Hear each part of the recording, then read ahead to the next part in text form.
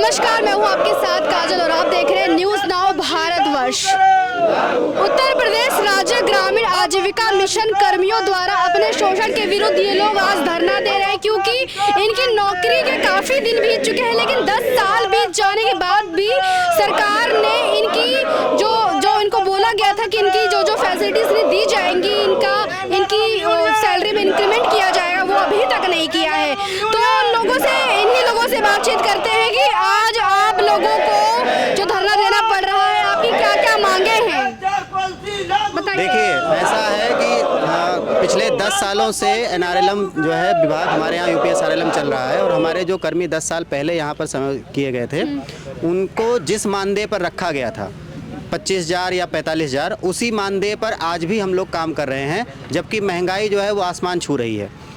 जो हमारी अचाल पॉलिसी थी उसमें 7% वार्षिक की दर से जो है हमें महंगाई भत्ता दिया जाना था। किस ईयर में आपकी ये भर्ती हुई थी? 2011 से सब लोग काम कर रहे हैं, काफ़ी कुछ साथी तो उससे पहले से भी काम कर रहे हैं, लेकिन 2021 से उत्तर प्रदेश के सभी 75 जिले इंसेंटिव कर दिए गए हैं और सभी 75 जिले और 826 ब्लॉकों में ये काम चल रहा है। लेकिन आज तक सरकार ने 7% तो क्या 1% की भी कोई बढ़ोतरी नहीं की है। आज इस महंगाई के दौर में हम लोग आज भी उसी उतने मानदेय पर काम कर रहे हैं। सरकार तमाम तरह की योजनाएं लाती है, लेकिन आम नागरिक को वो योजना का लाभ नहीं मिल पाता है। हमारी HR पॉलिसी जो है अभी तक लागू नहीं हुई, पिछले 10 वर्ष हो गए।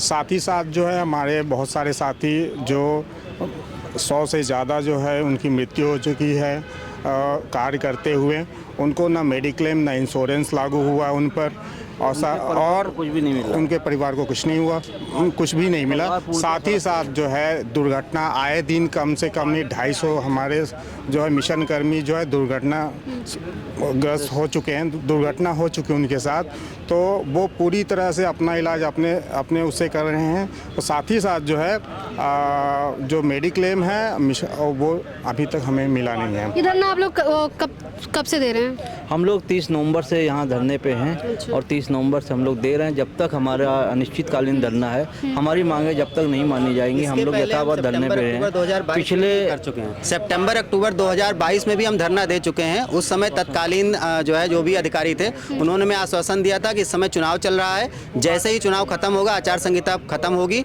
आपकी सारी मांगों पर हम जो है सद्भावनापूर्व विचार करके और एक एक करके सारी चीज़ें हम पूरी कर देंगे। लेकिन पिछले 12 से 13 महीने का समय बीत चुका है, और इस बीच हमने 19 तारीख को फिर एक दिन का सांकेतिक हड़ताल किया था। उस एक दिन के बाद में हमने फिर अल्टीमेटम दिया, और उसके बाद हमने इनसे कहा था कि अब पूरे 13 महीने हो गए, सब्र का बांध हमारे टूट रहा है। हमारा पिछले 10 साल से जो भी मांगे थी वो कुछ भी नहीं पूरी हुई, और 1 साल पहले जो हमें आश्वासन दिया गया वो भी पिछले 13 महीने में पूरा नहीं हुआ है। यह बात हो रही है आश्वासन की, क्या सरकार सिर्फ आश्वासन देती है? अभी तक तो सिर्फ आश्वासन मिला है, अभी कुछ मिल जाता तो जरूर हम लोग कहते नहीं सरकार ने कुछ दिया हम लोग को। मुझे ये बताइए, मौजूदा सरकार से आप लोग कितना खुश हैं? बिल्कुल खुश नहीं है। क्यों, बताइए। अब जो हम लोग की योजनाएं है, इस पे जो है हम लोग को जो लाभ मिल रहा है उसको लाभ नहीं दे रही है, और हमारा जो मांग है काफ़ी दिन से हम लोग परेशान है इस चीज़ को लेकर के, हमारी मांग पूरी नहीं की जा रही है, हम लोग का शोषण किया जा रहा है। इस वजह से हम तो समझे बिल्कुल बेकार सरकार है। हमारा युवा जो है रोजगार मांगता है, सरकार रोजगार भी देती है, लेकिन जो चीज़ें योजनाएं हैं वहीं रुक जाती हैं, क्योंकि जो उसका लाभ जो है प्रॉपर तरीके से नहीं मिलता है। कभी सैलरी रुक जाती है, कभी कुछ होता है। तो आप बताइए, आपके घर में भी आप कहाँ से पहले बिलोंग करते हैं? मैं जनपद ललितपुर से हूँ, आगरा में BM के पद पे हूँ। अच्छा जी। और जिस तरीके से हम लोग देख रहे हैं, आज हम लोग जिस तरीके से परेशान चल रहे हैं, जो NRLM ने जिस भावना से हम लोगों को यहाँ रखा था, वो हम लोगों को आज तक कोई रोजगार सही तरीके से प्राप्त नहीं हुआ, जिसलिए हम लोग आज एक पूरे प्रदेश भर के संगठित होकर यहाँ धरना दे रहे हैं। आप कहाँ से? मैं भी इन्हीं के साथ हूँ। अच्छा, आप कहाँ से? अयोध्या से जी। अच्छा, आपके घर में भी मैरिड हैं आप? यस। आपके घर में आपने BC सखी के बारे में सुना होगा, सरकार की योजना। तो आपके घर में, आपके परिवार में, आसपास से किसी को इसकी योजना का लाभ मिला है? एक्चुअली मैं अयोध्या से हूँ और मैं आगरा में ड्यूटी करता हूँ। अच्छा। लगभग 450 किलोमीटर। नहीं, इस योजना के बारे में आपने सुना है कि नहीं सुना? जी हाँ, सुना है जी। इसमें भी सेम आप लोगों की तरह ही हुआ है, नौकरी दे दी, लेकिन अभी तक उसमें भी सैलरी नहीं मिली है। BC सखी, आप कहाँ से? मैं भी बस्ती से हूँ, ये मेरी पूरी टीम बस्ती से है। हम लोग को देखिए मैडम, हम लोग कुछ भी नया नहीं मांग रहे हैं। जो भी हमारे HR पॉलिसी में लागू था, जब हम ज्वाइन कर रहे थे, हमने साइन किया था, जो भी हमारे HR पॉलिसी में लागू था, हम वही मांग रहे हैं। 7 से 15% से तक का जो है एनुअल इंक्रीमेंट था, जो आज तक मेरे किसी भी साथी को नहीं मिला है। हमारे कितने साथी जो है कार्यरत थे और कार्य करते करते जो है दुर्घटना में या किसी बीमारी से जो है उनकी मृत्यु हो गई। उनके परिवार की देखभाल करने, उनके भरण पोषण करने की कोई व्यवस्था सरकार द्वारा नहीं किया गया था।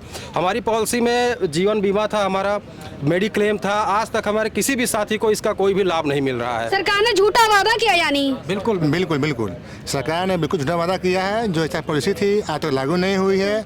और साथ मेरे जितने मित्र थे अच्छे योजनाओं में कहीं ना कहीं काम कर रहे थे। इसका HR पॉलिसी को देखते हुए उस योजनाओं को छोड़कर इसमें उन्होंने ज्वाइनिंग किया। ज्वाइनिंग करने के बाद जो है बहुत मित्र जो है ऐसे हैं जो कि दुर्घटनाग्रस्त हो गया, उनका परिवार जो है रास्ते पर उतर गए, अभी तक उनको कुछ मिल नहीं पाया है। और दूसरी बात ये है कि देखा जाए कि जो पेमेंट था 25,000 रुपया, आपको मतलब कि FLTL, laptop allowance, charge announcement, mobile, internet सब सुविधाएं दिया जा रहा था। आज से लगभग 3 साल पहले, विगत 3 साल पहले सारे योजनाओं का लाभ जो है काट को हटा दिया गया है और सीधी एक लाइन में कहा जा रहा है कि आपको NRLM में काम करना है करे और नहीं करना तो काम छोड़कर अपने घरे जाए। सरकार बड़े बड़े सपने दिखा रही है। सब सपने जो भी दिखा रही हैं सब झूठे सपने हैं और उस प्रलोभन में हम लोग को नहीं जाना है और हम लोग स्ट्राइक के लिए तैयार हैं। जब तक मेरी मांगें पूरी नहीं होंगी तब तक हम लोग धरने पर पहले नौकरी का लॉलीपॉप दिया। हाँ, पहले नौकरी का लॉलीपॉप दिया और अच्छे अच्छे सपने दिखाकर ज्वाइनिंग के समय तो बढ़िया बढ़िया अच्छा शासनादेश दिखाया कि ये सारी चीज़ें हैं। HR पॉलिसी में बहुत सारी चीज़ें थी। धीरे धीरे करके जो थी, जिनको जो सपने देख कर आए थे कि हाँ बढ़िया ठीक है, अच्छा प्लेटफॉर्म है, ये सब बिल्कुल दिखावा है, एकदम से ख़त्म हो गया और जो मिल रहा था वो भी ख़त्म कर दिया गया। तो हम लोग जो सोच कर ज्वाइन किए थे UPSRLM, एकदम कहीं कुछ नहीं है, मतलब सब दिखावा है। और जो सरकार सबका साथ सबका विकास की बात करती है, हम लोगों के साथ झूठे वादे किए गए हैं। जो भी हम लोग देख कर इस नौकरी में आए, बहुत साथी ऐसे जो अच्छे नौकरी छोड़ के उस चीज़ को देख कर आए हैं, HR पॉलिसी को देख कर आए हैं, लेकिन धोखा किया गया। जो हम लोग देख के आए उसको आज तक दिया नहीं गया। हमारी मौजूदा सरकार सबसे ज़्यादा रोजगार की बात करती है, रोजगार तो देती है लेकिन फिर भी युवा इतना परेशान है। इसलिए परेशान है जैसा कि हमारी पूर्व MD महोदया C इंदुमती द्वारा उन्होंने एक पत्र जारी किया शासन को कि हमारे पास सारी सुविधाएं मैं पैसा दे सकती हूँ, लेकिन शासन द्वारा उसको रोक लगा दिया गया है। दिक्कत ये है हम लोग के साथ। यानी कि सपने दिखाती है लेकिन बीच में उन्हें छोड़ देती है। आप बताइए। देखिए, अब सरकार से यही कहना है कि जो UPSRLM अंतर्गत HR मैनुअल बना हुआ है उस HR मैनुअल को लागू किया जाए और अब जिस HR मैनुअल को देखते हुए समस्त कर्मचारी अच्छे पोस्ट को छोड़ के UPSRLM ज्वाइन किए थे, साफ उसके बाद ज्वाइन करने के बाद ये पता चला कि वो मैनुअल अभी तक लागू नहीं है, जिससे वो अब कहीं ना कहीं ठगा महसूस कर रहे हैं और आए दिन कोई इंश्योरेंस का लाभ ना मिलने के कारण लोगों की मृत्यु भी हुई। कई सारे BMM ने जान गंवाया है, जिससे उनके परिवार के भरण पोषण पे भी गहरा चोट पहुंचा है और उसकी भरपाई ना तो मिशन कर पाएगा, ना तो हम किसी प्रकार से होना संभव है जब तक HR मैनुअल लागू नहीं हो जाता। तो देख लीजिए, झूठे वादे किए जा रहे हैं, युवा परेशान हैं। आप बताइए कि अगर आपकी सरकार बात नहीं मानती है तो ये आपका धरना किस लेवल पे जाएगा? हमारा धरना जब तक हमारी मांगें पूरी नहीं हो जाती अनिश्चित, तब तक हम धरने पे रहेंगे, अनिश्चित काल तक, अनिश्चित समय तक। और हम उनके लगातार पिछले 2 वर्ष में कम से कम 20-25 पत्राचार हुए हैं और सिर्फ उन पत्राचार के माध्यम हमें सिर्फ आश्वासन ही मिला हुआ है। जैसा कि कोई भी युवा धरना देता है तो पुलिस वालों, सरकार द्वारा उन्हें डराया जाता है। अभी कुछ ऐसा हुआ आप लोगों को डराया जा रहा हो कि नहीं बंद करो, लाठीचार्ज समथिंग ऐसा? अभी तो ऐसा कुछ नहीं हुआ। नहीं, अभी नहीं। अभी हाँ, सरकार ही तो उसके पीछे कार्य करती है। अधिकारियों द्वारा कहा जाता है कि तुम्हें काम से निकाल देंगे, तुम काम नहीं। हम लोग केवल मिशन को 10,000 लोगों की आवश्यकता है और हम लोग पूरे मिशन में 3500 लोग हैं। तो आप सोचिए केवल 33% लोगों से 100 लोगों का काम लिया जा रहा है, 33 लोगों से 100 लोगों का। और उसके बाद भी हमारा काम कहीं से भी अगर 1% भी अधूरा होता है तुरंत हमारे अधिकारी तुरंत कान पकड़ के खींचते हैं और बोलते हैं कि हम आपको काम से निकाल देंगे। सोचिए, हम लोग 400-500 किलोमीटर, कोई हजारों किलोमीटर दूर से हम काम कर रहे हैं, इतने अल्प वेतन में काम कर रहे हैं, तो हम अपने परिवार का गुजारा कैसे करें? इतने महंगाई के टाइम में अल्प वेतन में कैसे काम चलेगा? बिल्कुल नहीं चलेगा। हम लोग बेहद परेशान है और ये जो अभी हड़ताल का जो चल रहा है सिस्टम, ये अब निर्णायक कहानी होने के बाद ही अब बंद होने वाला है, क्योंकि आश्वासन हम लोग झेलते झेलते मतलब अब हम लोग कहीं जाने लायक भी नहीं बच पाए ना, क्योंकि यहाँ पे हम लोगों ने इनके जो पॉलिसीज़ था, जो सिस्टम था, उसके अनुसार हम लोग यहाँ पे आए और लंबा समय अब हम लोगों ने दिया। अब हम लोग कहीं जा भी नहीं सकते और हम लोगों के साथ जो है इस तरह का जो है कि सरकार के द्वारा उपेक्षित किया जा रहा है, जो कि बिल्कुल ठीक नहीं। परिवार में कौन कौन है आपके? हमारे माता जी हैं, हमारे बच्चे हैं, पत्नी हैं, हमारी और बहन हैं। तो कुल मिला जुला के आज महंगाई के आधार पे हम लोगों को मान लीजिए कि मजबूरी है, अपना जीवन सर्वाइव नहीं कर पा रहे हम लोग। बस ये है कि किसी प्रकार चल रहा है और बहुत दुखी हैं सारे लोग। इससे अच्छा तो होता कि प्राइवेट नौकरी कर रहे होते हैं। जी, उसमें होता तो कम से कम इंक्रीमेंट मिलता। आज हम लोग अगर 15,000 पे ज्वाइन किए होते तो आज 8 साल में एवरेज हम लोगों का कम से कम 30-35 हज़ार चला गया। सब कह रहे हैं सरकारी नौकरी खाली लॉलीपॉप दे के लोगों को परेशान कर दिया, इससे बड़ी सरकारी नौकरी प्राइवेट नौकरी बढ़िया थी। जी मैडम, हम लोग कई जगह जो भी है सब एक्सपीरियंस हैं, सब लोग कहीं ना कहीं 5-7 साल कार्य करके ही यहाँ पर आए थे। यहाँ जब HR पॉलिसी लॉन्च की गई तो उस समय हमें कंप्यूटर, लैपटॉप, भत्ता ये सब कई चीज़ें दे रहे थे और 2017 तक लगभग दिया भी है, 17-18 तक। बीच में कोरोना काल में 1 साल के लिए सरकार ने वित्तीय उसको देखते हुए बंद कर दिया था, लेकिन वो हम लोग को मिलता रहा है और वो फिर तब से हम लोग का बंद ही चल रहा है, वो भी भत्ते नहीं मिल रहे। हम लोगों को मिशन मोड पे कार्य कराया जा रहा है कि आप मिशन में हैं तो हम लोगों को 10 से 5 की नौकरी नहीं होती है। हम लोग हो सकता है सुबह सो के जगते हैं तब भी हम लोग को काम करने होते हैं, रात को सोने तक काम करने होते हैं, क्योंकि बहुत ज़्यादा वर्क होता है तो बगैर सिस्टम के काम नहीं हो सकता है। हमारे साथ बहुत सारे कैडर हैं, उनको भी काम करना होता है, फ़ोन से संपर्क करना होता है।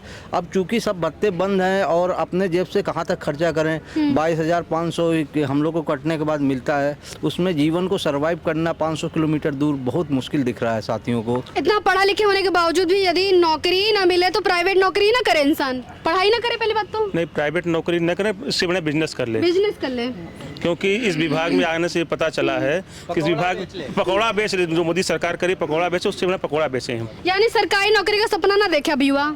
बिल्कुल ना देखे, क्योंकि सरकारी नौकरी है ही नहीं है।